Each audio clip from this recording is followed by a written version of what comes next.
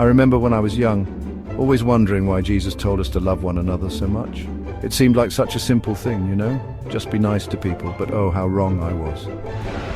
My journey began on a crisp autumn morning, leaves dancing in the wind like little messengers of change. I saw a child helping an elderly woman cross the street, their hands linked like a bridge between generations. The woman's smile was like sunshine breaking through clouds, warming everyone around her. I wondered, is this what Jesus meant by love? But my journey was just beginning. Next, I witnessed a group of strangers coming together to push a broken-down car, their collective strength moving mountains. They didn't know each other, yet they worked as one, laughing and encouraging each other. Lot of fuck. Lot of fuck. Lot of fuck. In that moment, I saw how love could turn strangers into friends, how it could make the impossible possible.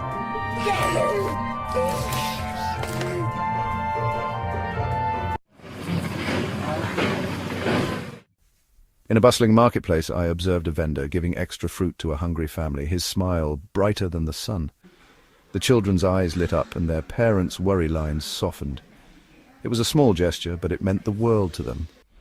I began to understand that love wasn't just grand gestures, but also in these small, everyday acts of kindness.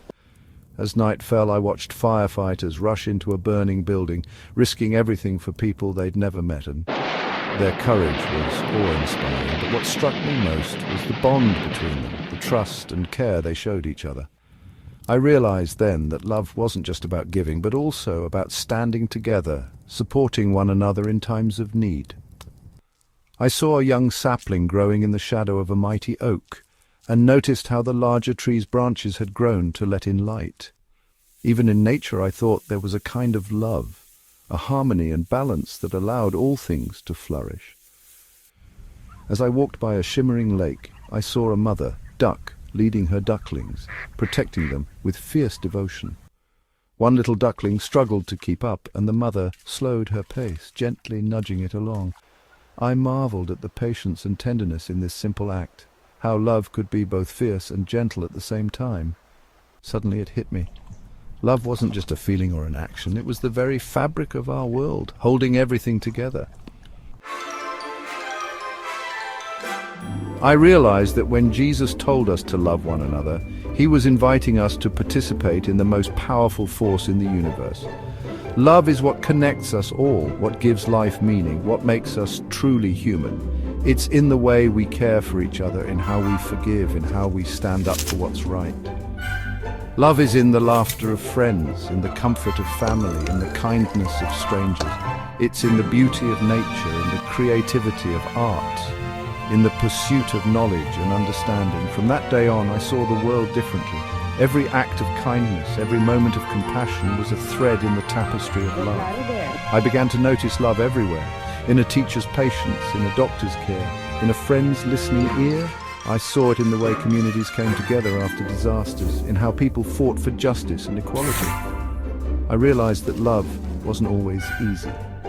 Sometimes it meant making hard choices or standing up for what's right even when it's difficult. But I also learned that love was always worth it. It had the power to heal, to inspire, to transform. And now, as I look back on my life, I understand Jesus didn't just tell us to love, he showed us how to truly live. He invited us to see the divine in each other, to treat every person with the dignity and respect they deserve. To love one another is to recognize our shared humanity, our interconnectedness, our common hopes and dreams. It's to build a world where compassion triumphs over hate, where understanding conquers fear. So when you hear those words, love one another, remember, it's not just a nice saying, it's a call to action. It's an invitation to be part of something greater than ourselves, to weave our own thread into the grand tapestry of love. And in doing so, we don't just change the world, we change ourselves, we become more fully human, more fully alive. That's why Jesus told us to love one another. Because in love, we find our true selves, our purpose, and our connection to all of creation. Thanks for taking the time to watch this video. If you enjoyed it, don't forget to hit that subscribe button for more content.